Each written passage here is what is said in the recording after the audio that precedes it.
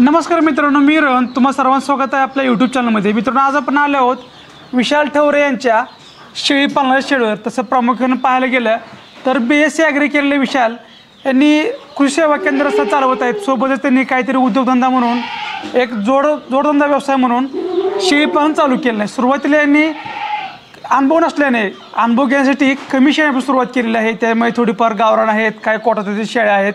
यांचं म्हणणं असं आहे की सुरुवातीला अनुभव घेण्यासाठी जास्त आणि मोठ्या प्रमाणात न करता कमी प्रमाणात सुरुवात करायची आणि जास्त अनुभव झाल्यानंतर परत संख्या वाढवायची। तर या व्हिडिओमध्ये जाणून घेणार आहोत शेळी पालन याबद्दल माहिती।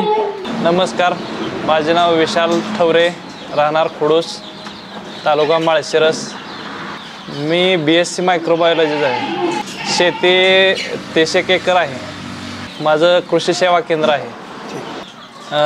फक्त एकाच क्षेत्रामध्ये जाऊन करिअर घडत नाही,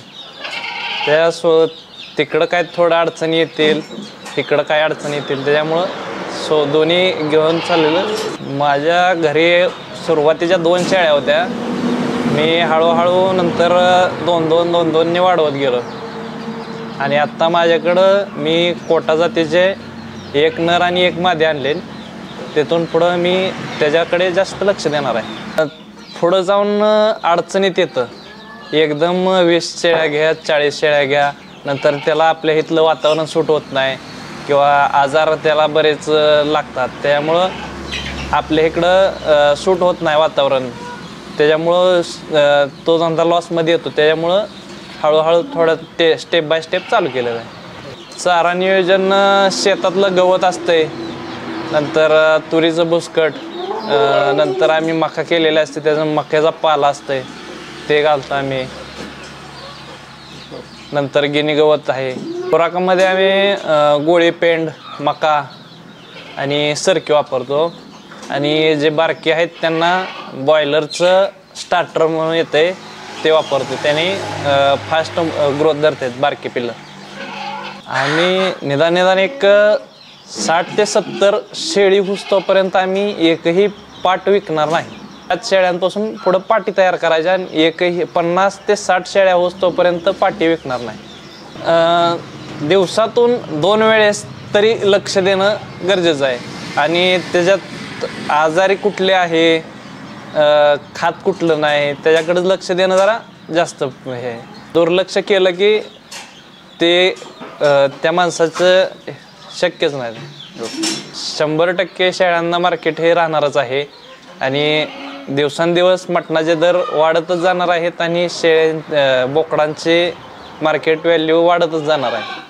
आता कोटा जातीचे नर मादी आणलेले आहेत, त्यामुळं त्याच्यावरच मी पुढं काम चालू करणार आहे। लोकल मार्केटला लोकलच्याच देशात चालतात, बाहेरच्या मार्केटमध्ये जायचं म्हणलं तर प्रत्येक एरिया वाईज वेगळ्या व्हरायटीज चालतात। ज्या भागात जी व्हरायटी नाही त्या भागात पैसे करून घ्यायचा चान्स असतोय। रोगराई थोडं एवढं नॉर्मल राहतेच, फक्त लक्ष दिलं की कव्हर होऊन जाते। मी सुरू करून 1 वर्षभर होत आलं, एकही नाही। माझ्या 9 पैकी 7 शेळ्या गाभण आहेत आणि 2 साड्या आहेत आता, म्हणजे लागून निघतील आता 1 महिन्याभरात। ते पण त्याला चारा घालणे महत्वाचं राहते। चारा पौष्टिक असेल तर मर होतच नाही माझ्या म्हणण्याने। एज्युकेटेड असल्यामुळे डॉक्टरचा सल्ला लागत नाही, काय नाही, फक्त नॉलेज जेवढं घेता येईल तेवढं कमीच आहे, त्यामुळं नॉलेज ठेवणं महत्त्वाची गोष्ट राहते। मी शेवरी लावलेली आहे, गिनी गवत आहे, शेतातलं गवत असतेच, आई आहे, मंडळी आहेत, दोघे करतात। नमस्कार, मी गीतांजली विशाल ठवरे। तुम्ही आमचं शेळी पालनाचं शेडनेट बघायला आला। आम्ही हे एखाद्या वेळेस घरी नसले, रोज तर करतोच।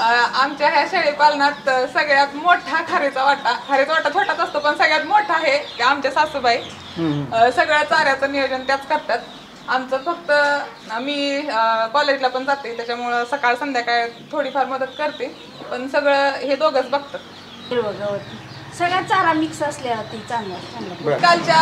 आजकालची तरुण पिढी असं म्हणत चालली की आपल्या आई वडिलांची कमवलेली इस्टेट आहे, आपण कशाला काय करायचं. आणि सगळ्यात महत्वाचं म्हणजे सरकारी नोकरीकडे तरुण जास्त म्हणजे पळत चाललाय.